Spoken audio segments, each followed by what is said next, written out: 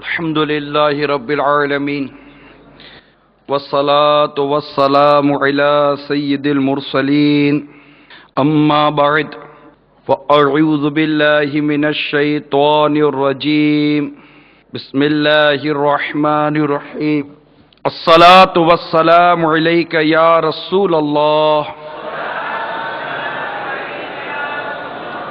وعلى آلك وصحابك يا حبيب الله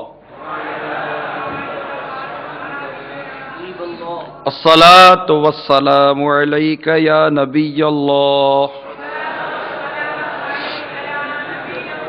وعلى آلك وصحابك يا نور الله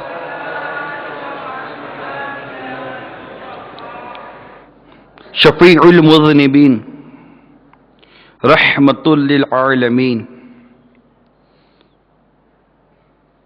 صلی اللہ تعالی علیہ وآلہ وسلم کا فرمان دل نشین ہے، تم اپنی مجلسوں کو مجھ پر درود پڑھ کر آراستہ کرو، تمہارا درود پڑھنا قیامت کے روز تمہارے لیے نور ہوگا۔ صلو علی الحبیب صلی اللہ تعالی علی محمد وعلی آلہ وصحبہ وبارک وسلم۔ قسطنطنیہ کی جو ریاست تھی، اس کے تخت پر ایک عیسائی عورت براجمان تھی، اس کی سلطنت تھی، اور وہ ہر سال اسلامی حکومت کو خراج ادا کرتی تھی۔ یہ ایک اسلامی حکومت کی طرف سے غیر مسلموں کے لیے ایک ٹیکس ہوتا تھا ایک شرعی طور پر۔ جب وہ مر گئی تو اس کا بیٹا جب تخت پر بیٹھا تو اس نے خراج دینے سے انکار کر دیا۔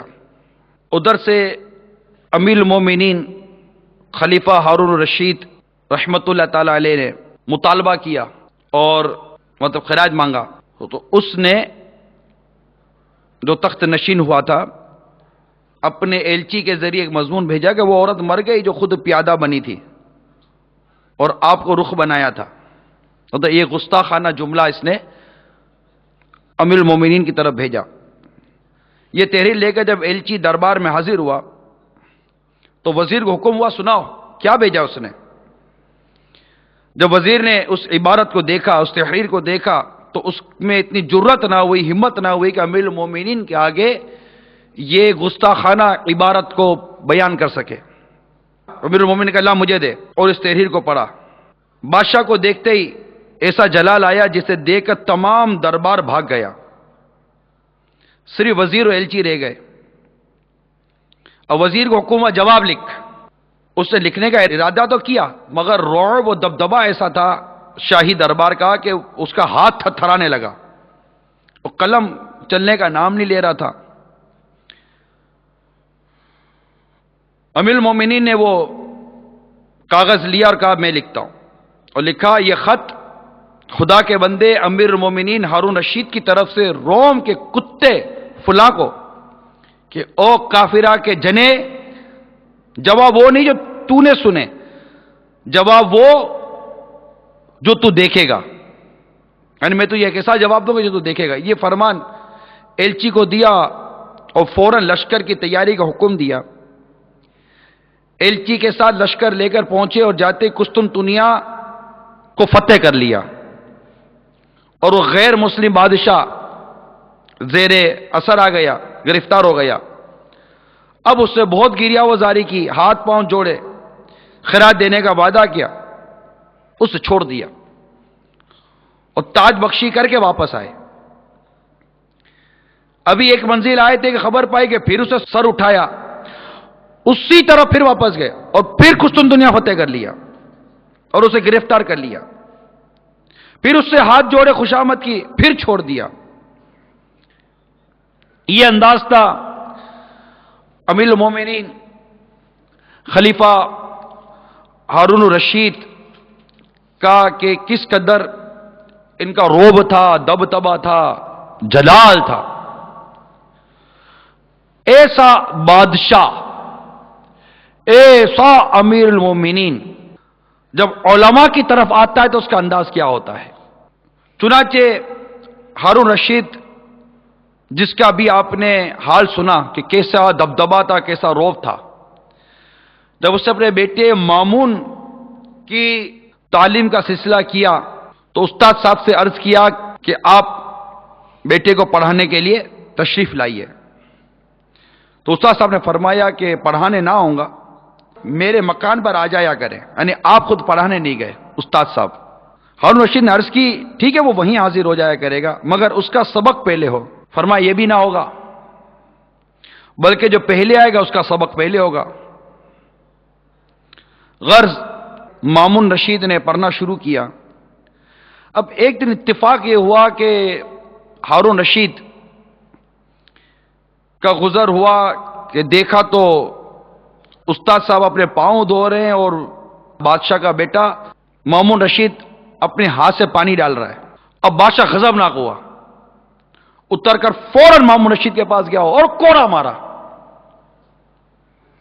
اور کہا او بے ادب، خدا نے دو ہاتھ کس لیے دیے ہیں؟ ایک ہاتھ سے پانی ڈال اور دوسرے ہاتھ سے استاد کا پاؤں دھلا. اتنا ادب کرتے تھے یہ ہارون رشید علماء کا کہ ایک مرتبہ ابو معاویہ وریر کی دعوت کی. وہ آنکھوں سے معذور تھے. جب آفتابہ اور چلمچی یعنی وہ جو برتن ہوتا ہے جسے ہاتھ دھلاتے ہیں اور وہ جس میں پانی ڈالتے ہیں دھونے کے لیے لائی گئی تو بادشاہ نے خود ہی وہ سامان لیا اور حضرت کے ہاتھ دھلائے اور خود ہی کہنے لگے کہ آپ جانتے ہیں کہ آپ کے ہاتھ پر پانی کون ڈال رہا ہے؟ کہا نہیں. تو کہا کہ میں ہارون ہوں. حضرت ابو معاویہ ضریر رحمۃ اللہ تعالی نے فرمایا جیسی آپ نے علم کی عزت کی ایسی اللہ تعالی آپ کی عزت کرے. تو ہارون رشید نے کہا کہ اسی دعا کے حاصل کرنے کے لیے یہ کیا تھا. اسی طرح جب کوئی علماء عالم با عمل علماء ربانیین علماء حقہ جب ان کے دربار میں تشریف لاتے تو ہارون رشید ان کی تعظیم کے لیے کھڑے ہو جایا کرتے تھے. ایک بار درباریوں نے عرض کی امیر المومنین آپ کے اس انداز سے سلطنت کا رعب جاتا ہے. تو ہارون رشید نے جواب دیا اگر علماء دین کی تعظیم سے رعب سلطنت جاتا ہے تو جانے ہی کے قابل ہے. لکھنے والے لکھتے ہیں کہ یہی وجہ تھی کہ ان کا رعب روئے زمین کے بادشاہوں پر بدرجہ اتم تھا، جس کی مثال آپ نے ابھی ایک حکایت میں بھی سنی. یہ جو حکایت میں نے بیان کی اور امیر المومنین ہارون رشید کا جو یہ انداز بیان کیا، یقیناً اس میں جہاں ہارون رشید کی علماء سے محبت، علماء سے تعظیم، علماء کا ادب ہے، ان کے مقام و مرتبے کو سمجھنا ہے کہ وہ اس بات کو جانتا تھا کہ علماء کا مقام کیا ہوتا ہے، علماء کا ادب کیا ہوتا ہے اور معاشرے میں علماء کی اہمیت کیا ہوتی ہے. معاشرے کے انتہائی اہم ترین اور دین اسلام کے ستون اور دین اسلام کے محافظین کے متعلق کچھ مدنی پھول عرض کرنے کی کوشش کروں گا تاکہ ہمارے دل میں علماء کی محبت، علماء کی چاہت مزید پیدا ہو. جن کے یہاں نہیں ہیں اللہ کرے کہ وہ ان کی قدر کرنے میں کامیاب ہو جائیں، کہ ان کی قدر کرنے میں، ان کی منزلت کو پہچاننے میں دونوں جہاں کی بھلائیاں ہی بھلائیاں ہیں. انشاءاللہ اگر آپ نے اول تا آخر بیان کو سنا اور میں اللہ کی رضا کے مطابق جو سوچ کر آیا ہوں وہ بیان کرنے میں کامیاب ہو گیا تو میرے رب کی رحمت شامل حال رہی تو آپ کے دل میں علماء حقہ، علماء اہل سنت کی محبت کا سمندر موجزن ہو جائے گا.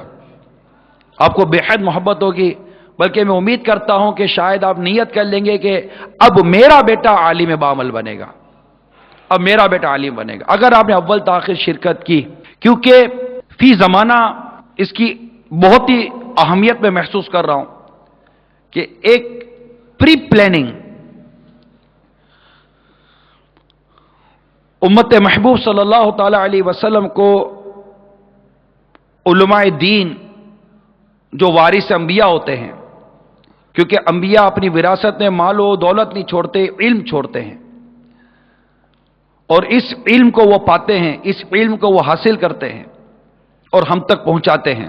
آج اس پرفتن دور میں جہاں بے عملی بڑھتی چلی جا رہی ہے، انہی بے عملیوں میں ایک انتہائی اہم ترین بے عملی جو کہ ایمان کی بربادی کا سبب بن سکتی ہے، وہ یہ ہے کہ علماء دین کی توہین، ان کی تحقیر، ان کے ادب اور ان کی تعظیم کی کمی، ان کے مقام اور ان کے مرتبے کو نہ پہچاننا اور ان کے بارے میں لب کشائی کرنا، ان پر اعتراض کرنا، ان پر طعن کرنا، ان پر تنقید کرنا۔ آپ نے دیکھا کہ ہارون رشید جیسا جلیل القدر اور دبدبے والا بادشاہ، جس نے ایک بار قسطنطنیہ کی سلطنت کو فتح کیا اور ابھی ایک منزل کے فاصلے پر گیا کہ دوبارہ اس سے سر اٹھایا، فوراً الٹے پاؤں گیا، فوراً فتح کر لیا، اس کا روب کیسا۔ لیکن جب اپنے بیٹے شہزادے جو تخت نشین ہو سکتا ہے، اس کا شہزادہ ہے اور امیر المومنین ساری دنیا اسلام کے ایک امیر المومنین، ایک بادشاہ، دو بادشاہ نہیں، تین نہیں، سلطنتوں کی تقسیم نہیں تھی، اسلامی حکومتوں کی تقسیم نہیں تھی، ایک ہی اسلامی حکومت کا ایک ہی بادشاہ جس کا نام تھا امیر المومنین ہارون رشید۔ اس کے بیٹے کو جب یہ دیکھتا ہے کہ وہ اپنے استاد جو کہ بہت زبردست عالم دین ہیں، ان کے پاؤں کو دھلانے کے لیے ایک ہاتھ سے پانی ڈالتا ہے تو گھوڑے سے اتر کر کوڑا مارتا ہے کہ ابے بے ادب، اللہ تعالیٰ نے تجھے دو ہاتھ کیوں دیے؟ ایک سے پانی ڈال اور دوسرے سے اس عالم باعمل کے پاؤں دھلا۔ یہ علماء کا ادب، یہ علماء کی تعظیم، یہ علماء کا مقام، یہ علماء کا مرتبہ جانتے تھے۔ انہوں نے قرآن پاک کی آیتوں کا مطالعہ کیا تھا کہ رب کریم نے کلام پاک کے اندر، قرآن پاک میں کس قدر علماء کا ادب، علماء کی تعظیم، علماء کا مقام بیان کیا ہے۔ وہ جانتے تھے کہ سرکار مدینہ صلی اللہ تعالی علیہ وسلم نے کس قدر علماء کی تعظیم بیان کی، ان کا مقام بیان کیا ہے، اور ان کا اس گلشن اسلام جو لے لہاتا یہ گلشن ہے، اس لے لہاتے گلشن کو آباد رکھنے میں ان کا کیا کردار ہے، کیا عمل ہے۔ آج جس حدیث پاک کو ہم بیان کرتے ہیں، حدیثیں کہاں سے آئیں؟ جس قرآن کی تفسیر بیان کرتے ہیں، وہ قرآن کی تفسیر کہاں سے آئی؟ جو ہم نمازیں پڑھتے ہیں، وہ نماز ہمیں کس نے سکھائی؟ جو روزے رکھتے ہیں، وہ روزے ہم کو کس نے سکھائے؟ جس ماں باپ کی تعظیم کرتے ہیں، ادب کرتے ہیں، اس ماں باپ کی تعظیم کرنے اور ادب کرنے کا درس اور بیان ہمیں کس نے دیا؟ یہاں تک کہ جب جنازے کی نماز ہمارے والد کی ہوتی ہے، اس وقت جب ہمارے باپ کی نماز جنازہ ہم نہیں پڑھ سکتے، وہ کون ہوتا ہے جو آ کر ہمارے باپ کی نماز جنازہ پڑھاتا ہے؟ جس وقت تم اپنی بیوی کو جوش میں آ کر، غصے میں آ کر کو الٹا سیدھا بول دیتے ہو، وہ کون ہے جو تمہارے اور تمہارے بیوی کے درمیان فیصلے کرواتا ہے؟ جب تمہارے والد صاحب دنیا سے چلے جاتے ہیں، وہ کون ہے جو تمہارے بھائی اور تمہارے بہنوں اور رشتہ داروں میں تمہاری جائیدادیں اور تمہاری وراثتوں کی تقسیم کرتا ہے؟ وہ کون ہے؟ وہ عالم ہے، وہ علم دین سمجھنے والا ہے، وہ قرآن و حدیث کو سمجھنے والا ہے۔ اور اسی کے بارے میں آج زبان چلائی جاتی ہے۔ میں یہ نہیں کہتا صرف پڑھے لکھے چلاتے ہیں، نہیں، صرف یہ نہیں کہتا ہر پڑھا لکھا زبان نہیں چلاتا۔ کئی تعلیمی یافتہ، پڑھے لکھے، سلجھے ہوئے، سلیم الفطرت لوگ آج بھی علماء اہل سنت کی جوتیاں اٹھاتے ہیں، ان کی تعظیم کرتے ہیں، ان کا ادب بجا لاتے ہیں، ان کی دعوت کرتے ہیں، ان کا ادب اور احترام کا حق ادا کرنے کی کوشش کرتے ہیں۔ حق ادا کیا کیا جائے گا؟ لیکن ایک تعداد ہے، اگرچہ وہ پڑھے لکھے بھی ہوتے ہیں، اس میں بغیر پڑھے لکھے بھی ہوتے ہیں، بالکل انگوٹھا چھاپ بھی ہوتے ہیں، لیکن بے باک ہوتے ہیں، طرح طرح کی تنقید کرتے ہیں۔ اس نے یہ کیوں کیا، یہ کیوں؟ ہمیں تو منع کرتا ہے، خود کرتا ہے۔ ہمیں اس دن کہا تھا یوں نہیں کرنا، خود کرتا ہے۔ ہمیں یوں بولتے، خود کرتے۔ پھر یہ کہتے جناب مولانا ہے، علماء ہیں، اپنے لیے تو جتنے چاہے راستے نکالنے، تو بھائی راستہ تو عالم نہیں نکالے گا تو کیا تو نکالے گا؟ ارے یہی تو غواص ہیں، یہی تو غوطہ خور ہیں، ان کو پتا ہے کہ کون سا راستہ کس گلی سے گزرتا ہے۔ یہ نہیں جانیں گے تو کیا تم جانو گے؟ تمہیں تک سیدھا سا راستہ بتا دیتے چلے، اور انہی کے پیچھے چلنے کے لیے ہمیں کہا گیا ہے۔ لیکن آج ان کے پیچھے چلنے والے کتنے اور ان پر تنقید کرنے والے کتنے، ان پر انگلی اٹھانے والے کتنے؟ یہی وہ اسباب ہیں۔ یہ بھی وہ سبب ہے جس کی وجہ سے آج ہم اپنے بچے کو عالم بناتے ہوئے کتراتے ہیں. اپنے بچے کو چارٹرڈ اکاؤنٹنٹ تو بنائیں گے، اپنے بچے کو ہم MBA کروائیں گے، اپنے بچے کو ہم ماسٹرز کروائیں گے، اپنے بچے کو ہم ڈاکٹر بنائیں گے، اپنے بچے کو ہم انجینئر بنائیں گے، اپنے بچے کو ہم کسی بھی ایجوکیشن کے اندر ڈپلوما ہولڈر بنا دیں گے. کمپیوٹر بیٹا سیکھ لو، فلاں چیز سیکھ لو، فلاں چیز سیکھ لو، فلاں چیز. میں نہیں کہتا کہ آپ کو اس دنیاوی علوم سے محبت ہے، نہیں، محبت دولت سے ہے. آپ نے اپنے بیٹے کو اس فیلڈ میں اس لیے ڈالا کہ اس فیلڈ میں دولت اچھی ملتی ہے، پیسہ اچھا ملتا ہے، تنخواہ اچھی ملتی ہے، مراد اچھی ملتی ہے، کار ملتی ہے، بنگلہ ملتا ہے، پینشن ملتی ہے، یہ ملتی ہے، وہ ملتی ہے، بس بات پیچھے دنیا کی دولت ہے اور اس کے وہاں ملتی ہے. تو آپ نے اپنی اولاد کو اس طرف چلا دیا. دین کی محبت، قرآن سیکھنے کی محبت، حدیث سیکھنے کی محبت، فقہ سیکھنے کی محبت، فرض اور واجب علوم سیکھنے کی محبت، یہ کہاں اور کتنی اس دور کے اندر، اور اس قدر جہالت کے باوجود، پرلے درجے کی جہالت کے باوجود علماء کو تعین کرتا ہے، علماء پر تنقید کرتا ہے. کوئی حسن ظن کی راہ علماء کے لیے نہیں نکالتا. آج کے اس اجتماع میں میرے آقا اعلی حضرت امام اہل سنت مجدد دین و ملت پروان شمع رسالت مولانا شاہ امام احمد رضا خان علیہ رحمت الرحمان کہ فتاوی رضویہ شریف سے ایک فتویٰ لے کر آیا ہوں. میرے ہاتھ میں اس فتاوی رضویہ کی 8ویں جلد ہے. فتاوی رضویہ 8ویں جلد اور صفحہ نمبر 97. سوال شروع ہو رہا ہے 96 سے، 96 سے. میں سوال بھی پڑھتا ہوں، جواب بھی پڑھتا ہوں. انشاءاللہ عز و جل ایک درمیانی بات کرنے کی کوشش کروں گا جس میں میرے آقا اعلی حضرت امام اہل سنت نے عوام کو علماء کے بارے میں مدنی پھول دیے اور علماء کو عوام کے لیے مدنی پھول دیے، دونوں کے لیے. سوال: کیا فرماتے علماء دین اس مسئلے میں کہ اگر کوئی عالم یا اور کوئی شخص مسجد میں سوئے، تکیہ مسجد میں اندر مسجد کے لگائے اور کھانا مسجد میں ایک جماعت کے ساتھ کھائے اور اگل دان مسجد میں رکھے اور گھوڑے کی زین اور اسباب وغیرہ مسجد میں رکھے، یہ سب شرع سے درست ہے یا نہیں؟ یعنی مسجد میں سوتا ہے، تکیہ وغیرہ لگاتا ہے، ٹیک لگاتا ہے، لوگوں کے ساتھ بیٹھ کے کھانا کھاتا ہے، اگل دان میں رکھی ہے، گھوڑے کی زین وغیرہ رکھی ہوئی ہیں، اب یہ شرعن کیسا؟ سوال کیا اعلیٰ حضرت سے کسی سائل نے. جواب: اب اعلیٰ حضرت کا جواب دیکھیے، اور جو جواب لکھنے کے منصب پر ہیں ان کے لیے بھی اس میں مدنی پھول ہیں. افتاء کے جو منصب پر ہوں اس میں بھی مدنی، اس میں بھی ان کے لیے مدنی پھول ہیں، علماء کے لیے مدنی پھول ہیں. اعلیٰ حضرت تو اعلیٰ حضرت ہے، اعلیٰ حضرت ہے نا، وہ اعلیٰ حضرت ہے، وہ عوام کے بھی اعلیٰ حضرت ہے اور بڑے بڑے حضرتوں کے بھی اعلیٰ حضرت ہے. امام اہل سنت ہے، مجدد دین و ملت ہے، پروان شمع رسالت ہے، امام عشق و محبت ہے. اور جو فتاوی رضویہ پڑھتا ہے، جس نے فتاوی رضویہ کا مطالعہ کیا، وہ جانتا ہے کہ اعلیٰ حضرت امام اہل سنت کس قدر ذہین، فتین اور علم دین کو سمجھنے والے، قرآن کو سمجھنے والے، معاشرے کو سمجھنے والے، عوام کو سمجھنے والے، علماء کو سمجھنے والے اور علماء کی اہمیت کو سمجھانے والے، ہر طریقے سے جیسے کہ مکمل. ان کے جواب میں اتنے مدنی پھول ہیں. اس سوال کے تحت اعلیٰ حضرت لکھتے ہیں: مسجد میں سونا کھانا با حالت اعتکاف جائز ہے. اگر ایک جماعت معتکف ہو تو مل کر کھا سکتے ہیں. بہرحال یہ لازم ہے کہ کوئی چیز شوربہ یا شیر وغیرہ کی چھینٹ مسجد میں نہ گرے، اور سوائے حالت اعتکاف مسجد میں سونا یا کھانا دونوں مکروہ ہیں، خاص کر ایک جماعت کے ساتھ کہ مکروہ فعل کا اور لوگوں کو بھی اس میں مرتکب بناتا ہے.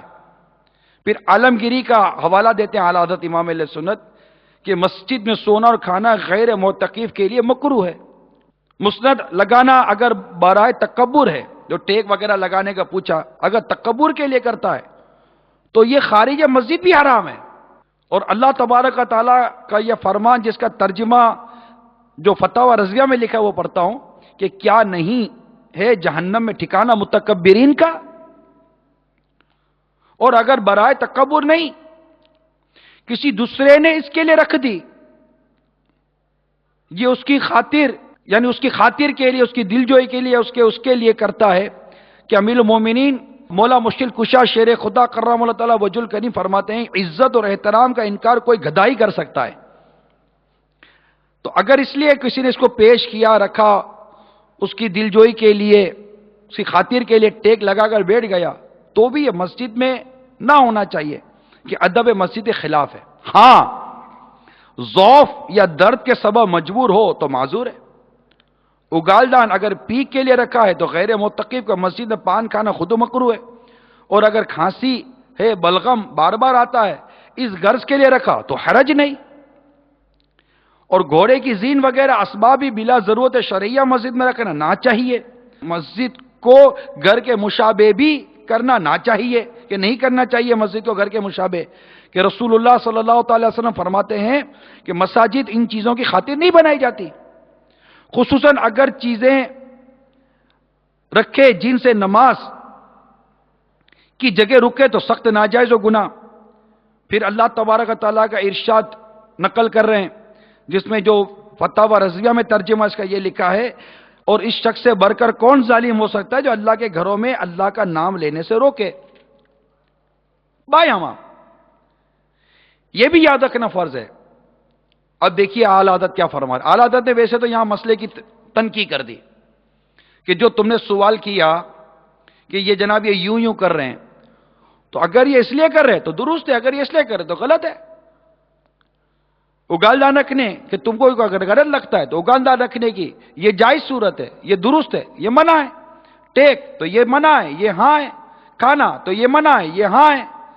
اعلیٰ حضرت ساری صورتیں بیان کر دی کہ یہ جواز ہے، یہ عدم جواز ہے، اس کے انکار ہے، اس کا انکار نہیں ہے، یہ کراہت ہے، یہ کراہت بھی نہیں ہے اس میں۔ اس طرح کر کے اعلیٰ حضرت نے ایک بھرپور انداز میں جواب دینے کے بعد اب کیا خوب نیکی کی دعوت پیش کرے۔ اب سنیے، یہ بھی یاد رکھنا فرض ہے کہ حقیقتاً عالم دین ہادی خلق سنی صحیح العقیدہ ہو، عوام کو اس پر اعتراض، اس کی افعال میں نکتہ چینی، اس کی عیب بینی حرام حرام حرام اور باعث سخت محرومی اور بدنصیبی ہے۔ اول تو اب اعلیٰ حضرت اپنی جو بات ارشاد فرما رہے ہیں اس کی دلیل دے رہے اعلیٰ حضرت کہ اول تو لاکھوں مسائل اور احکام فرق نیت سے متبدل ہو جاتے ہیں، تبدیل ہو جاتے ہیں۔ کہ رسول اللہ صلی اللہ تعالی وسلم فرماتے ہیں اعمال کا مدار نیتوں پر ہے، اور ہر شخص کے لیے وہی ہے جس کی اس نے نیت کی۔ کہ جب کوئی کام کس نیت سے کر رہا ہے بتا جائے، تو اگالدان کی اعلیٰ حضرت نے یہ کتنی پیاری مثال دی کہ اگر صرف پان وغیرہ تھوکنے کے لیے تو اس کا حکم الگ ہے کہ نہیں کرنا چاہیے، اور اگر اس کو بلغم ہے اس کے لیے رکھتا تو حرج نہیں۔ اگر ٹیک اسٹے لگا دے تکبر کی وجہ سے تو مسجد کے باہر بھی کرے تب بھی حرام ہے۔ اور ہو سکتا ہے کہ ضعف ہو سکتا ہے کہ درد ہو، اگر اس لیے ٹیک لگاتا ہے تو تمہیں کیا تکلیف ہے، کیا حرج ہے؟ یہ سارے دلائل دینے کا اعلیٰ حضرت فرماتے کہ نیت کے تبدیل ہونے سے احکام تبدیل ہو جاتے ہیں۔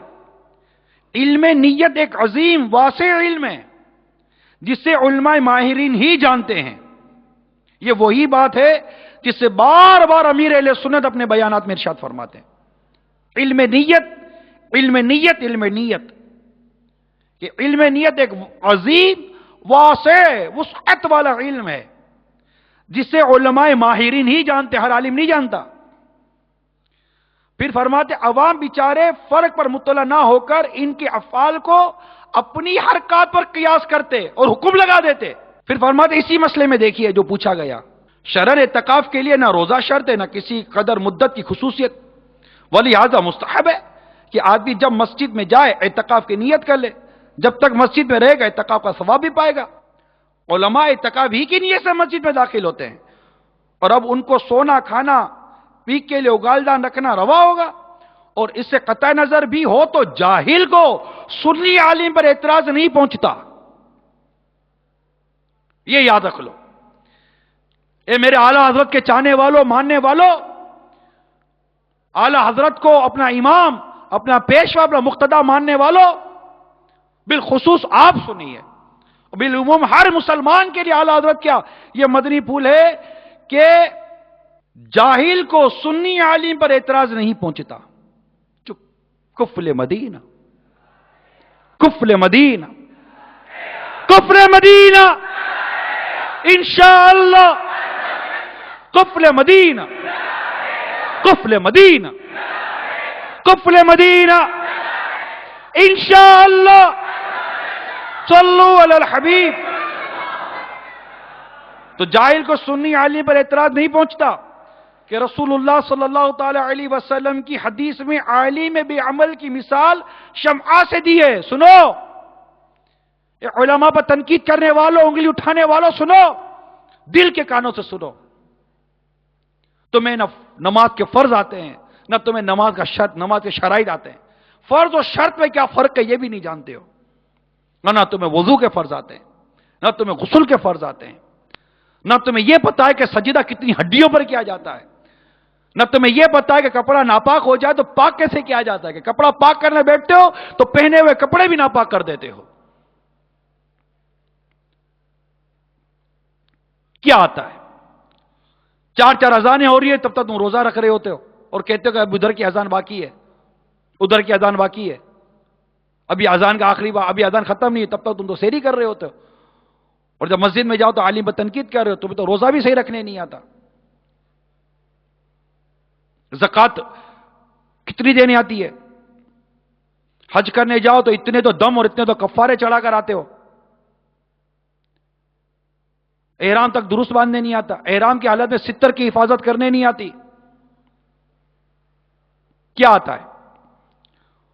اور چلے علماء پر تنقید کرنے کے لیے، علماء پر انگلی اٹھانے کے لیے، علماء پر اعتراض کرنے کے لیے. داڑھی تو آپ سے رکھی نہیں جاتی، نمازیں آپ قضا کرو، جھوٹ آپ بولو، جوا آپ کھیلو، شراب آپ پیو، سود کا کاروبار آپ کرو، رشوت کا لین دین آپ کرو. جو کرتا ہے میں اس کو کہہ رہا ہوں. اور جب چار سود خور، رشوت خور، جھوٹے، بدماش معاشرے کے ناصور بیٹھو تو بیٹھ کر علماء پر تنقید کرو، علماء اہل سنت کی تحقیر کرو، اپنے بچوں کو وصیتیں کرو کہ مولانا کے پاس نہیں جانا، عالم کے پاس نہیں جانا، نہیں تو یہ پھر آپ کی طرح کے سود خوروں کے پاس جائے گا، رشوت خوروں کے پاس جائے گا، جھوٹوں کے پاس جائے گا. اور یہی کیفیت رہی تو معاشرے کا حال کیا ہوگا؟ سنو، کیونکہ تم کہتے ہو کہ جناب فلاں یوں ہے، فلاں یوں ہے، میں خالی خالی تنقید نہیں کرتا ہوں. اعلیٰ حضرت کا جواب سنو کہ میرے آقا اعلیٰ حضرت امام اہل سنت فرماتے ہیں کہ سرکار مدینہ صلی اللہ تعالی وسلم کی حدیث میں عالم بے عمل کی مثال شمعہ سے دی ہے، شمعے سے دی ہے، روشنی، کینڈل، موم بتی، چراغ کہ شمعے سے دی ہے کہ آپ جلے اور تمہیں روشنی اور نفع پہنچائے. احمق وہ، اعلیٰ حضرت فرماتے ہیں اس حدیث پاک کا حوالہ دیتے ہوئے، احمق وہ جو اس کے جلنے کے باعث اسے بجھا دینا چاہے، اس سے یہ خود ہی اندھیرے میں رہ جائے گا، اس سے یہ خود ہی اندھیرے میں رہ جائے گا. کتنی پیاری مثال دی ہے کہ تم کہو کہ یہ بے عمل ہے، تو اس کی مثال تو شمع کی سی ہے کہ اگر خود تمہیں تو روشنی دے رہا ہے نا، تم تو اسے روشنی حاصل کرو، تم تو اسے استفادہ حاصل کرو. اگر اس کے پیچھے پڑو گے، اس کو بجھا دو گے شمعے کو، تو نتیجہ یہ نکلے گا کہ تم خود اندھیرے میں آ جاؤ گے، تمہیں خود ہی اندھیرے کو بھگتنا پڑے گا.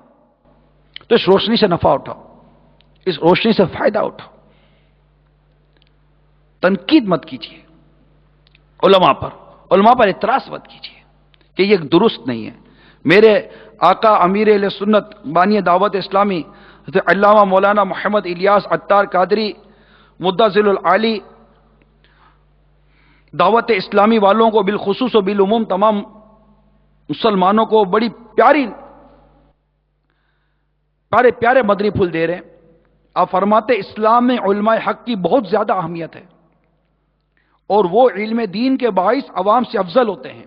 غیر عالم کے مقابلے میں عالم کو عبادت کا ثواب بھی زیادہ ملتا ہے.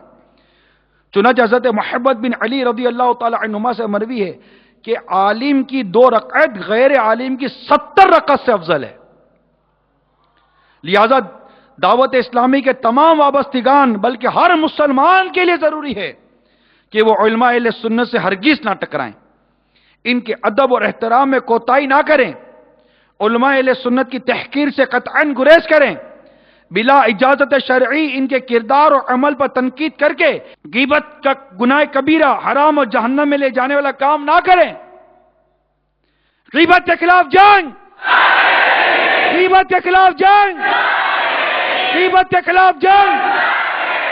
حضرت سیدنا ابو حفص الکبیر علیہ رحمت اللہ قدیر فرماتے جس نے کسی عالم کی غیبت کی تو قیامت کے روز اس کے چہرے پر لکھا ہوگا یہ اللہ کی رحمت سے مایوس ہے. حضرت سیدنا ابو ذر غفاری رضی اللہ تعالی عنہ سے روایت ہے کہ عالم زمین میں اللہ کی دلیل، عالم زمین میں اللہ کی دلیل و حجت ہے، تو جس نے عالم میں عیب نکالا وہ ہلاک ہو گیا. میرے آقا اعلی حضرت امام اہل سنت مجدد دین و ملت پروان شمع رسالت مولانا شاہ امام احمد رضا خان علیہ رحمت الرحمان فتاوی رضویہ جلد 23 صفحہ نمبر 711 پر فرماتے ہیں اس کی یعنی عالم کی خطا گیری یعنی بھول نکالنا اور اس پر اعتراض حرام ہے، اور اس کے سبب رہنمائی دین سے کنارہ کش ہونا اور استفادہ مسائل چھوڑ دینا، یعنی کہ مسائل پوچھنا اور اس سے رہنمائی لینا، اس کو چھوڑ دینا اس کے حق میں زہر ہے. ان نادان لوگوں کو ڈر جانا چاہیے جو بات بات پر علماء کرام کے بارے میں توہین آمیز کلمات بک دیا کرتے ہیں. مثلا بھائی ذرا بچ کے رہنا، یہ عوام کا ایک انداز، بھائی ذرا بچ کے رہنا. علامہ صاحب ہیں، علماء لالچی ہوتے ہیں، ہم سے جلتے ہیں، ہماری وجہ سے اب ان کا کوئی بھاؤ نہیں پوچھتا. اب چھوڑو یہ تو مولوی ہے، مولوی. معاذ اللہ معاذ اللہ معاذ اللہ. عالم کو بعض لوگ حقارت سے کہہ دیتے ہیں یہ ملا لوگ.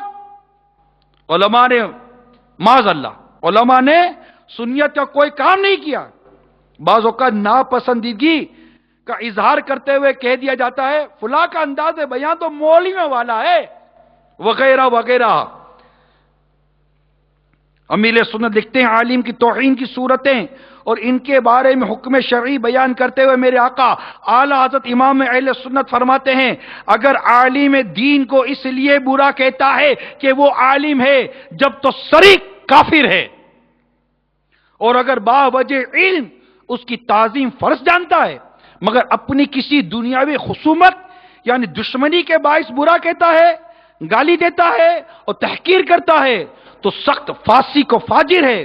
اور اگر بے سبب یعنی بلا وجہ رنج بغض رکھتا ہے تو مریض القلب وہ خبیث الباطن یعنی دل کا مریض اور ناپاک باطن والا ہے، اور اس یعنی خواہ مخواہ بغض رکھنے والے کے کفر کا اندیشہ ہے. خلاصہ میں ہے من ابغض عالما من غیر سبب ظاہر خیف علیہ الکفر، یعنی جو بلا کسی وجہ کسی ظاہری وجہ کے عالم دین سے بغض رکھے اس پر کفر کا خوف ہے. شریعت اور علماء دین کی تحقیر کے بعض کفریہ کلمات اور انداز کی مثالیں اب آپ کو میں کچھ پیش کرتا ہوں. اگر معاذ اللہ کسی نے ماضی میں اپنے قول یا فعل سے عالم کی بات سبب علم دین توہین کر ڈالی ہو تو وہ توبہ اور تجدید ایمان کر لے، اور اگر شادی شدہ ہو تو تجدید نکاح، اور کسی کا مرید ہو تو تجدید بیعت بھی کر لے. سنو، دل کے کانوں سے سنو، شریعت کی توہین کرنا کفر ہے. مثلا کہا میں شرع ورع نہیں جانتا. آئیے یہ سنو سارے مدنی چینل کے ناظرین اور جہاں جہاں اس وقت جمع ہو اسلامی بھائیوں، دل کے کانوں سے سنو. یہ بے باک جو زبان ہے نا رکتی نہیں ہے، اول فول جو منہ میں آئے بک دیا. اور ستم والا ستم یہ کہ اس کی تائید کرنے والے لوگ بھی وہاں بیٹھے ہوتے ہیں، ہاں صحیح بولتے ہو، صحیح بولتے ہو۔ سرو شریعت کی توہین کرنا کفر ہے۔ مثلاً کہا میں شرع وارہ نہیں جانتا، یا جس کو کسی مختار عالم دین کا فتویٰ پیش کیا گیا تو اس نے کہا میں فتویٰ نہیں مانتا، یا فتویٰ زمین پہ پٹک دیا۔ نمبر 2، مولوی لوگ کیا جانتے ہیں؟ اس جملے سے ضرور علماء کی تحقیر نکلتی ہے، اور علماء دین کی تحقیر یہ کفر ہے۔ نمبر 3، جو کہے مولوی سب بدماش ہیں، یعنی سب علماء کو برا کہے، اس پر حکم کفر ہے۔ اور سنو، عالم لوگوں نے دیس خراب کر دیا، یہ بھی کلمہ کفر ہے۔ مولویوں نے دین کے ٹکڑے ٹکڑے کر دیے، یہ کہنا بھی کفر ہے۔ یہ کہنا کہ دین اللہ تعالیٰ نے تو آسان اتارا تھا، مولویوں نے مشکل کر دیا، کفر ہے۔ کیونکہ الاستخفاف بالاشراف والعلماء کفر، یعنی سادات علماء کی تخفیف و تحقیر کفر ہے۔ جو کہے علماء جو علم سکھاتے ہیں محض قصے کہانیاں ہیں، یا خواہشات ہیں، یا میں دھوکہ ہیں، یا کہا میں حیلوں کے علم کا منکر ہوں، یعنی شریعت کو حیلہ کہا، یہ تمام اقوال کفر ہیں۔ جو کہے علم کا کیا کروں گا، جیب میں روپے ہونے چاہیے، ایسا کہنے والے پر حکم کفر ہے۔ کسی نے عالم سے کہا جا اور علم کو کسی برتن میں سنبھال کر رکھ، یہ کفر ہے۔ یاد رہے تعظیم صرف علماء اہل سنت ہی کی جائے گی، رہے بد مذہب علماء یعنی علماء سو جن کا روایتوں میں بیان کیا گیا بھی ہے، تو ان کے سائے سے بھی بھاگے کہ ان کی تعظیم حرام، ان کا بیان سننا، ان کی کتب کا مطالعہ کرنا اور ان کی صحبت اختیار کرنا حرام اور ایمان کے لیے زہر حلال ہے۔ تو آپ نے ملاحظہ کیا میرے مدنی چینل کے ناظرین اور میرے پیارے پیارے میٹھے میٹھے اسلامی بھائیوں کہ کس قدر اس بے باکی کے دور میں ہم اپنی زبان کا استعمال کرتے ہیں اور علماء کی توہین کرتے ہیں، ان کی تحقیر کرتے ہیں، ان کی جوتیاں رگواتے ہیں۔ ان کا مقام ایسا ہے کہ مجھے یاد آ رہا ہے، بادشاہ گھوڑے پر جا رہا تھا، وہ عالم صاحب کہیں جا رہے تھے، تو بادشاہ اترا، ملاقات کی اور عرض کی علی جاب کیا بات ہے آپ میرے دربار میں تشریف نہیں لاتے؟ فرمایا میں اپنے کام میں ہوتا ہوں، مصروف ہوتا ہوں، مطالعہ علم ہے، سیکھنے سکھانے کا جو بھی علم کے مشاغل سے مصروف ہوتا ہوں۔ تو پوچھا اتنا آپ کرتے ہیں، آپ کو ملا کیا ہے؟ کب کیا ملا یہ تو بات کی بات ہے، سب سے پہلے تو یہ دیکھو کہ وقت کا خلیفہ گھوڑے سے اتر کر میرے سے ملاقات کر رہا ہے۔ علماء کا مقام ہے، علماء کی تعظیم ہے، علماء کا ادب ہے، اور ہمارے پچھلوں میں سے واقعات دیکھیے کس قدر علماء کو اہمیت دی جاتی تھی، گھروں پر بلایا جاتا تھا، ان سے دعائیں کروائی جاتی تھی، ان کے بارے میں ایسی زبان درازی پہلے نہیں ہوتی تھی جو اب ہے۔ اس میں میڈیا کا بھی ایک کردار ہے، بالکل جیسے نقشہ نہیں بدل رہا، اور جس کو دیکھو اپنی طرف سے اپنے فلسفے جھاڑتا رہتا ہے۔ اس قدر قرآن سکھانے والے علماء، حدیث سکھانے والے علماء، فقہ سکھانے والے علماء، ان کی تعظیم نہیں کرو گے تو کس کی کرو گے یار؟ ان کی اہمیت کو نہیں جانو گے تو کس کی اہمیت کو جانو گے؟ پھر اگر اس قدر باتیں کی جائیں تو امیر سنت نے ایک سوال نقل کیا ہے کہ جیسے کفریہ کلمات کے بارے میں سوال جواب کتاب ہے، اب یہ کتاب بھی کوئی پڑھتا ہے تو اس کے ذہن میں سے خیال آتا ہے کہ وہ یوں کہے کہ مولویوں کو تو کفر کے فتوے دینے کے سوا کوئی کام ہی نہیں ہے۔ یہ بھی ایک زبان ہے، جب دیکھو کفر کا فتویٰ داغ دیتے ہیں۔ تو امیر سنت نے ایسے شخص کے لیے کچھ مدنی پھول عطا کیے ہیں۔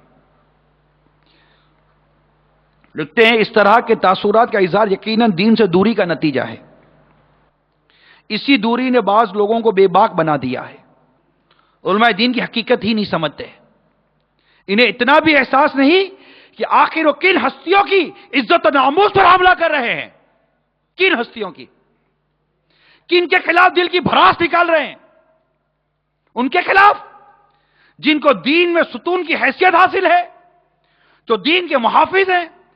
لا ریب و شک علماء دین بہت بڑی شانوں کے مالک ہیں، ان کی مخالفت سبب ہلاکت اور ان کی اطاعت دونوں جہانوں کے لیے باعث سعادت ہے۔ پھر قرآن پاک کے 5ویں پارے سورہ نساء کی آیت نمبر 59 امیر سنت نقل کرتے ہیں، یا ایھا الذین آمنوا اطیعوا اللہ واطیعوا الرسول واولی الامر منکم۔ ترجمہ کنز الایمان، اے ایمان والو حکم مانو اللہ کا اور حکم مانو رسول کا اور ان کا جو تم میں حکومت والے ہیں۔ مفسر شہیر حکیم الامت حضرت مفتی احمد یار خان علیہ رحمت و حنان اس آیت کریمہ کے تحت فرماتے ہیں، خواہ دینی حکومت والے ہوں جیسے عالم، مرشد کامل، فقیہ، مجتہد، یا دنیاوی حکومت والے جیسے اسلامی سلطان اور اسلامی حکام، لیکن دینی حکام کی اطاعت دنیاوی حکام پر بھی واجب ہوگی۔ کتنا پیارا مدنی پھول ہے کہ دینی حکام کی اطاعت دنیاوی حکام پر بھی واجب ہوگی، مگر ان دونوں کی اطاعت میں یہ شرط ہے کہ نص کے خلاف حکم نہ دیں، ورنہ ان کی اطاعت نہیں۔ مزید فرماتے فقہا کی طرف رجوع کرنا بھی رسول ہی کی طرف رجوع کرنا ہے، کیونکہ فقہا حضور صلی اللہ تعالی علیہ وسلم ہی کا حکم سناتے ہیں۔ جیسے حضور صلی اللہ تعالی علیہ وسلم کی اطاعت اللہ عز و جل کی اطاعت ہے، ایسے ہی عالم دین کی فرما برداری رسول اکرم صلی اللہ تعالی علیہ وسلم کی فرما برداری ہے۔ مطلقاً یہ بات کہی گئی، جیسا کہ سوال جو ہوا پیچھے کہ جو اعتراض ہوا تو بلا تخصیص مطلقاً یہ بات کی گئی ہے کہ مولویوں کو تو کفر کا فتویٰ دینے کے سوا کوئی کام ہی نہیں ہے۔ تو فرماتے معاذ اللہ عز و جل خود یہ جملہ انتہائی سخت ہے، اس میں علماء دین کی توہین کا پہلو واضح ہے، بلکہ علماء دین کی توہین ہی مقصود ہو تو کھلا کفر اور ارتداد ہے۔ رسول اکرم صلی اللہ تعالی علیہ وسلم کا فرمان معظم ہے، 3 شخصوں کے حق کو ہلکا نہ جانے گا مگر منافق، کھلا منافق۔ نمبر 1 وہ جسے اسلام میں بڑھاپا آیا، نمبر 2 علم والا، نمبر 3 عادل بادشاہ۔ میرے آقا اعلی حضرت امام اہل سنت فتاوی رضویہ جلد 23 صفحہ نمبر 649 پر علماء دین کی توہین کرنے سے متعلق فرماتے ہیں، سخت حرام، سخت گناہ، اشد کبیرہ، عالم دین سنی صحیح العقیدہ کے لوگوں کو حق کی طرف بلائے اور حق بات بتائے، محمد رسول اللہ صلی اللہ تعالی علیہ وسلم کا نائب ہے، اس کی تحقیر توہین معاذ اللہ محمد صلی اللہ تعالی وسلم کی توہین ہے، اس کی تحقیر معاذ اللہ محمد صلی اللہ تعالی وسلم کی توہین ہے، اور محمد صلی اللہ تعالی علیہ وسلم کی جناب میں گستاخی موجب لعنت الہی و عذاب علیم ہے۔ شیطان لوگوں کے دلوں سے علماء دین کی وقعت نکالنا چاہتا ہے۔ سمجھو، یہ میرے مدری چینل کے ناظرین سمجھو، اس بات کو غور سے سنو، بہکو مت، بیجا جذباتی مت ہو جاؤ، ہوش کے ناخن لو، ہوش کے۔ کس کے در پہ ہو؟ کس پر انگلی اٹھاتے ہو؟ ارے کس کے در سے دور بھاگتے ہو؟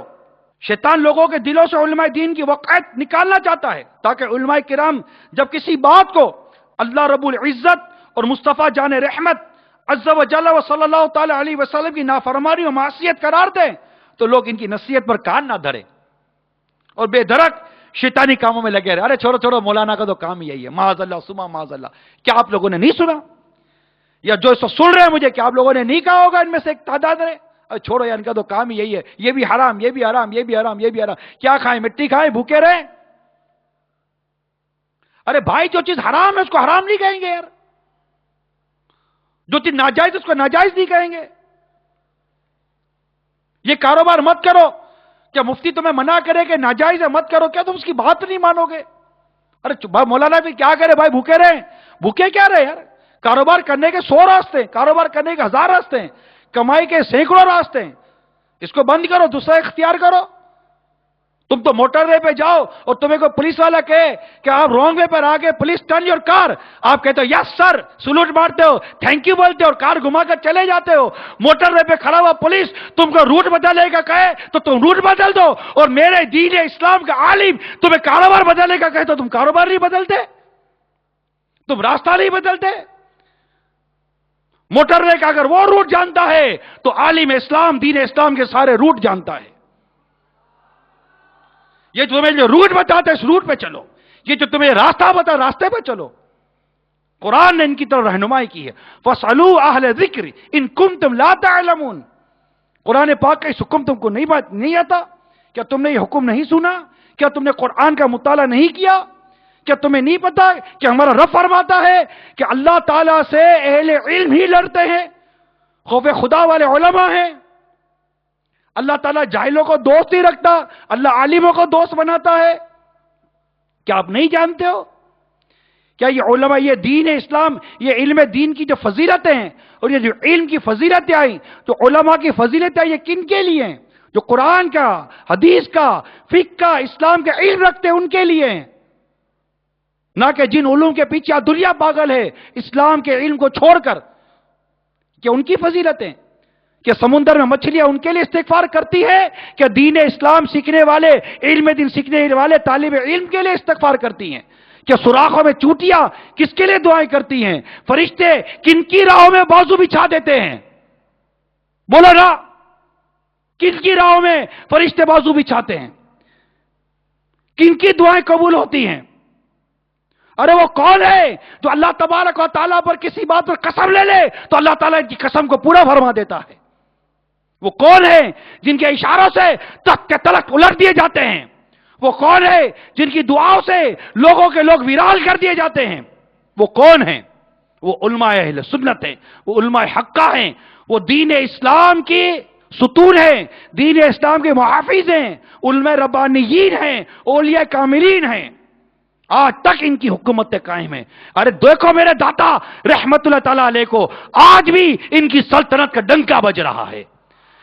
ارے جاؤ ہند میں جا کر غریب نواز کے دربار میں جا کر حاضری دے کر دیکھو، آج بھی ان کی سلطنت کا ڈنکا بج رہا ہے. ارے جانا ہے تو باب المدینہ میں عبداللہ شاہ غازی رحمت اللہ تعالیٰ علیہ کے دربار میں حاضری دے کر دیکھو کس قدر باب المدینہ کے سینے پر بیٹھے اپنی حکومت کا سکہ جما کر بیٹھے ہوئے ہیں.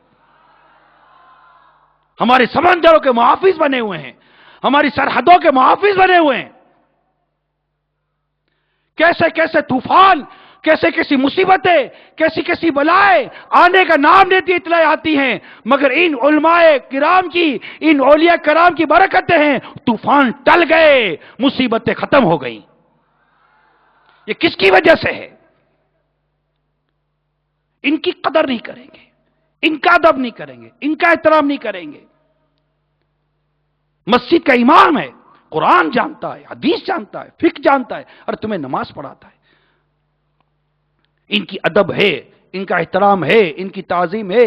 اور ایسے لوگ ہیں جو آج بھی ان کی قدر کرتے ہیں اور اپنے آپ کو رحمت کا مستحق قرار دیتے ہیں، رحمتیں لیتے ہیں، برکتیں لیتے ہیں. آج بھی پیران عظام پر جان نچھاور کرنے والے مریدین موجود ہیں. آج بھی مرشد کامل کے پیچھے چلنے والے مرید موجود ہیں، اگرچہ اوسا انداز مریدوں کا پھر بھی نہ رہا. جو تھے اب ایسے مرید نہیں ملتے. بندہ مرشد کامل کرتا ہے. ارے میں بولتا ہوں پہلے مرید کامل تو بن جا. ارے پہلے کچھ اپنی منزل کا تو کچھ ٹھکانہ کر، پہلے اپنے جہاز کو تو کچھ صحیح لنگر دے. تیرا اپنا جہاز ڈماڈول ہے، تیری اپنی کشتی جھول رہی ہے. اس کو تو حسن اعتقاد اور حسن ظن اور اچھے گمان کا لنگر دے کر پہلے اس کو تو ٹھہراؤ دے، پھر کسی اور کی طرف نظر کر کے دیکھنا. تیرا اپنا انداز ہی بگڑتا جا رہا ہے. تو ذرا غور کیجیے. علماء دین کی تعظیم اور ان کا ادب اور ان کی بارگاہ کی اہمیت کو سمجھنے کی کوشش کیجیے. ہمیں شیطان کے وار کو ناکام بناتے ہوئے ہر دم بعمل عالموں کے دامن سے وابستہ رہنا چاہیے تاکہ دینی معلومات ہوتی رہیں، ورنہ شیطان کے ایمان چھیننے میں کامیاب نہ ہو جائے. علماء کرام رحمہم اللہ السلام فرماتے ہیں ایمان کا معاملہ بے حد حساس ہے. عقائد و نظریات بگڑ جانے یا الفاظ کفر کی تحسین یا افعال ارتداد کے ارتکاب کے سبب ایمان ضائع ہو گیا تو کیا ہوگا؟ سیدنا امام قرطبی رحمت اللہ تعالی علیہ نقل فرماتے ہیں سقرات کے وقت شیطان دائیں جانب سے آتا ہے اور یہودی دین کا اچھا ہونا بیان کرتا ہے، اس کے باپ کا روپ دھار کر یہودی مذہب قبول کرنے کے لیے اکساتا ہے، اگر قبول نہ کرے تو پھر شیطان بائیں جانب سے آتا ہے اور اس کی ماں کا روپ دھار کر عیسائی یعنی کرسچنوں کا مذہب قبول کرنے کی دعوت دیتا ہے۔ اور بعض روایت میں یہ ہے کہ شیطان ایسے موقع پر پانی کا پیالہ لے کر آتا ہے کہ اگر تو وہ کہہ دے جو میں کہہ رہا ہوں اور دعوت کفر دے رہا ہوتا ہے، یعنی تو اسلام چھوڑ کر کافر ہو جائے تو یہ تو پیالہ تجھے پیش کر دوں گا۔ یا اللہ، ہم تیری رحمت کے بھکاری ہیں، تو سے ایمان کی حفاظت کے طلبگار ہیں۔ محبوب کریم رؤوف رحیم صلی اللہ تعالی علیہ وسلم کا صدقہ ہے مولا، نزا کے وقت ہمارا ایمان برباد نہ ہو جائے۔ اللہ تو ہمارے ایمان کی حفاظت کر، یا اللہ تو ہمارے ایمان کی حفاظت کر۔ نزا کے وقت کہیں ہو نہ جاؤں میں کہیں برباد، میرا ایمان رکھ لینا سلامت اے میرے اللہ، میرا ایمان رکھ لینا سلامت اے میرے اللہ۔ کہ اللہ ہم ایمان سلامت لے کر قبر میں جائیں۔ اللہ تو ہمارے دل میں تیرے پیارے محبوب صلی اللہ تعالی علیہ وسلم کے علماء کی محبت داخل کر دے، ان کا ادب داخل کر، ان کی تعظیم داخل کر، ہمیں ہر اس قول سے بچا، ہمیں ہر اس فعل سے بچا مولا جس سے تیری ناراضگی ہو، جس سے ہمارا ایمان برباد ہو سکتا مولا۔ تو ہمیں ہر اس عمل سے بچا لے، تو ہمیں ہر اس قول سے بچا، تو ہمیں ہر اس فعل سے بچا۔ یا اللہ جب شیطان نزع کے وقت ہمارے پاس آئے تو اللہ ہمیں بھٹکنے سے بہکنے سے بچا لینا۔ ہم مولا اپنا ایمان سلامت لے کے جائیں، ایمان سلامت لے کے جائیں۔ بڑا نازک معاملہ ہے میٹھے اسلامی بھائیوں، بڑا نازک معاملہ ہے۔ بدقسمتی سے آج ایمان کی سلامتی کی سوچ نہیں ہے، ایمان کی سلامتی کا ذہن نہیں ہے۔ بک بک بک بک کرتے رہو، ضروریات دین کا انکار کرو، کبھی اللہ کی بارگاہ میں کفر کرو، گستاخی کرو، کبھی رسول اللہ صلی اللہ علیہ وسلم کی شان میں گستاخی کرو، کبھی ضروریات دین کا انکار کرو۔ اور جب تمہیں کوئی عالم باعمل، کوئی مفتی اسلام، کوئی محافظ اسلام تم پر کوئی حکم لگا دے تو کہتے جناب ان کو کیا ہو گیا ہے، ان کو جب دیکھو حکم لگانے آتا ہے۔ ارے عقل مند بنو، بے وقوفوں جیسی بات کیوں کرتے ہو؟ ارے جب جرائم بڑھ جائیں گے، جرم بڑھیں گے تو قاضی کیا کرے گا؟ جرم کم تھے تو قاضی تھوڑوں کو سزا دیتا تھا، جب جرم بڑھ گئے تو قاضی نے سزا دینی بڑھا دی۔ ارے نادان ہوگا جو قاضی کو برا کہے گا کہ جب دیکھو جس کو دیکھو سزا سنا دیتا ہے۔ نہیں، قاضی کو برا کہنے والے کو لوگ بے وقوف کہیں گے، لوگ یہی کہیں گے قاضی کو برا مت کہو، جرم کے خلاف آواز اٹھاؤ، جرم کے خلاف آواز اٹھاؤ۔ یہ جرم کرتے ہیں تو قاضی فیصلہ سناتا ہے، یہ جرم کرنا بند کر دے قاضی فیصلہ سنانا بند کر دے گا۔ اور کہاں ہر جرم کی سزا ایک ہے؟ کہاں ہر جرم کی سزا ایک ہے؟ نماز قضا کرنا یہ بھی تو جرم ہے، روزے قضا کرنا یہ بھی تو جرم ہے، زکوٰۃ نہ دینا یہ بھی تو جرم ہے، جھوٹ بولنا یہ بھی تو جرم ہے۔ تو جیسا جرم ویسی سزا، اس جرم کی الگ سزا ہے، شراب کی الگ حدود ہیں، حد قائم کی گئی ہیں، چوری کی الگ حد قائم کی گئی ہیں، بدکاری کی الگ حدود ہیں، الگ حد ہے، اس کی الگ سزا ہے۔ وہ بھی شادی شدہ ہو تو الگ سزا ہے، غیر شادی شدہ ہو تو الگ سزا ہے، عورت حاملہ ہو جائے تو معاملہ جدا ہو جاتا ہے۔ اسلام نے ہر ایک کے لیے جدا جدا قانون بنا دیے۔ جب ملک کے قانون کا اتنا دفاع ہوتا ہے، ملک کے ادارے ہوتے ہیں، ملک کا کوئی قانون ہوتا ہے، ملک کا کوئی کانسٹیٹیوشن ہوتا ہے، ملک کے اہم ترین ادارے ہوتے ہیں، اہم ترین منصب ہوتے ہیں، کسی کو اس کے بارے میں بولنے کی جرت نہیں ہوتی، کسی کو اس کے بارے میں بات کرنے کی اجازت نہیں ہوتی۔ اگر بات کر لی جائے کورٹ مارشل کر دیا جاتا ہے، بات کر لی جائے بغاوت کا مقدمہ جاری کر دیا جاتا ہے، کانسٹیٹیوشن کے خلاف، حکومتی اداروں کے خلاف، حساس اداروں کے خلاف جب کوئی بات کرے اس کے خلاف مقدمہ قائم کر کے اس کو سزا سنا دی جاتی ہے۔ ہر ملک، ہر ادارہ، ہر تنظیم، ہر ریاست اپنے کچھ قانون رکھتی ہے، اس قانون کی حفاظت کے لیے، جرائم کو ختم کرنے کے لیے کچھ سزاؤں کا تعین کرتی ہے۔ اسلام اسے سمجھانے کے لیے عرض کیا ہے، اسلام بھی کچھ قانون رکھتا ہے، اس کے بھی کچھ اصول ہیں، اس کے بھی کچھ پرنسپلز ہیں. یہ کرو گے تو یہ حکم، یہ کرو گے تو یہ حکم، یہ کرو گے تو یہ حکم. تم جیسا جرم کرو گے میرے اسلام کا محافظ علماء اہل سنت مبلغین اسلام محافظ اسلام تم پر ویسا ہی حکم لگائیں گے. تم جرم کرنا بند کر دو، تم پر حکم لگنا ختم ہو جائے گا. ان کو برا بھلا کہہ کر اپنی زبان کو خراب مت کرو.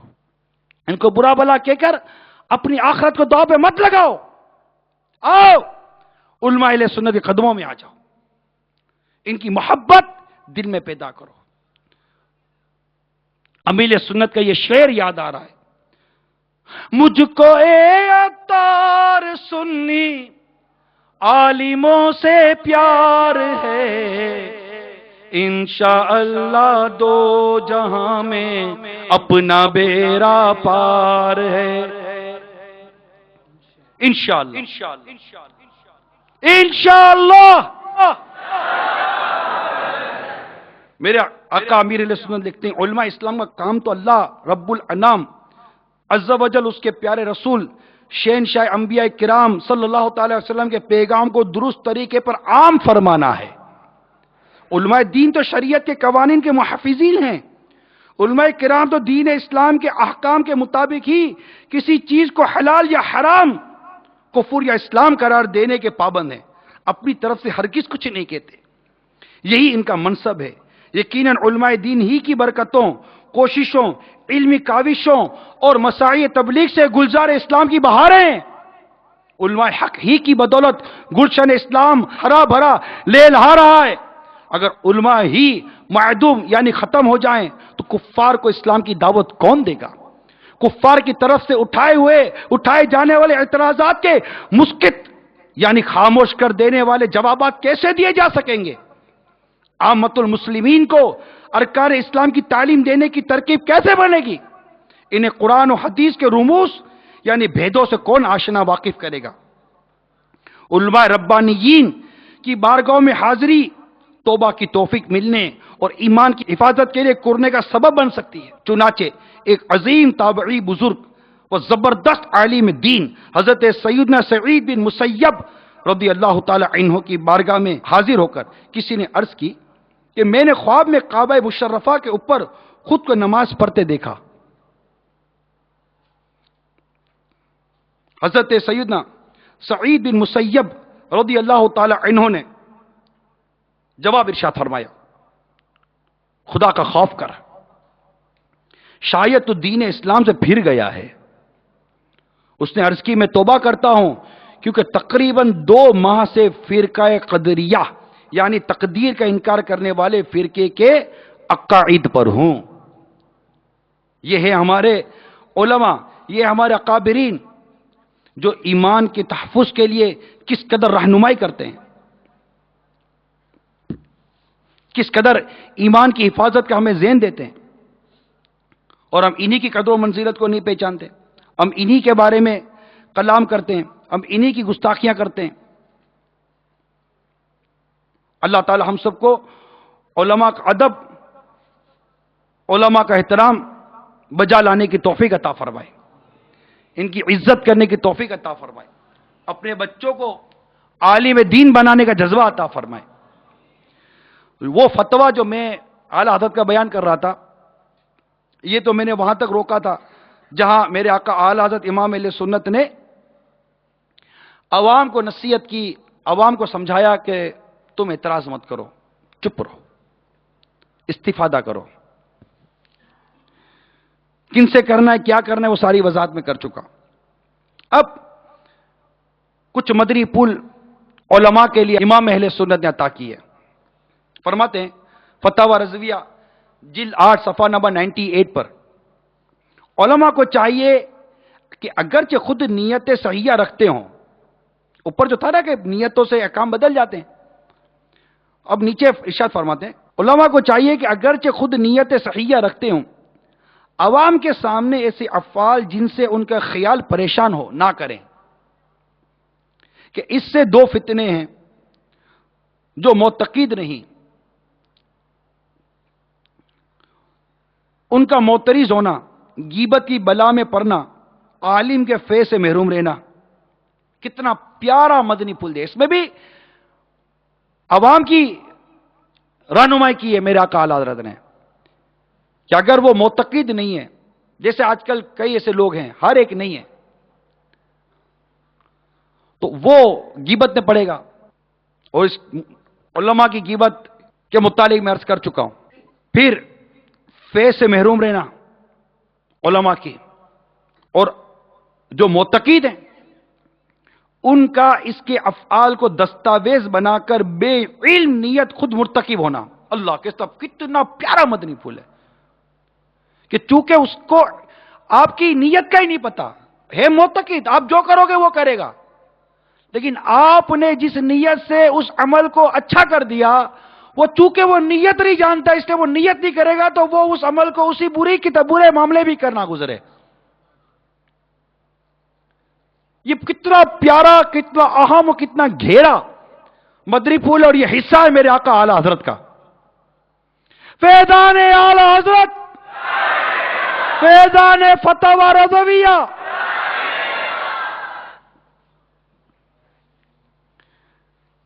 پھر بڑا پیارا مدنی پھول علماء کے لیے ارشاد فرما رہے ہیں، فرماتے ہیں عالم فرقہ ملاماتیہ سے نہیں کہ عوام کو نفرت دلانے میں اس کا فائدہ ہو، کہ لوگ اس کی ملامت کریں گے اور اس کو فائدہ ہوگا، یہ ایک الگ ایک طبقہ ہے، بلکہ مسند ہدایت پر ہے. عوام کو اپنی طرف رغبت دلانے میں ان کا نفع ہے. پھر حدیث کوٹ کرتے اعلی حضرت امام اہل سنت، اللہ پر ایمان کے بعد سب سے بڑی عقل مندی لوگوں کے ساتھ محبت کرنا ہے. اور دوسری حدیث نقل کرتے ہیں محبت پھیلاؤ نفرت نہ پھیلاؤ.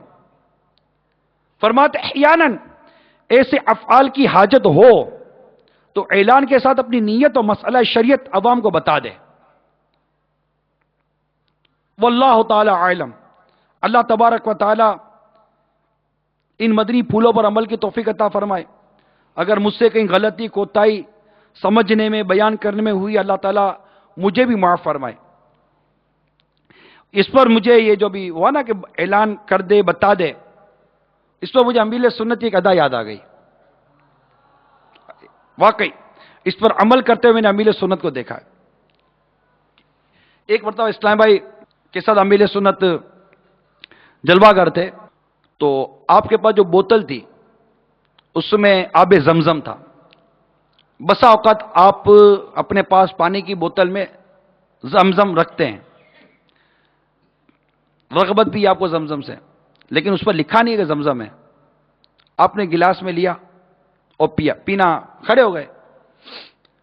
لوگ اسلام جو بھی جماعت ہے دیکھ رہے تھے. اب ہو سکتا ہے اس سے بعض کے ذہنوں میں خیال آیا ہو یہ کیا طریقہ ہو گیا کہ کھڑے کھڑے پانی پی رہے ہیں.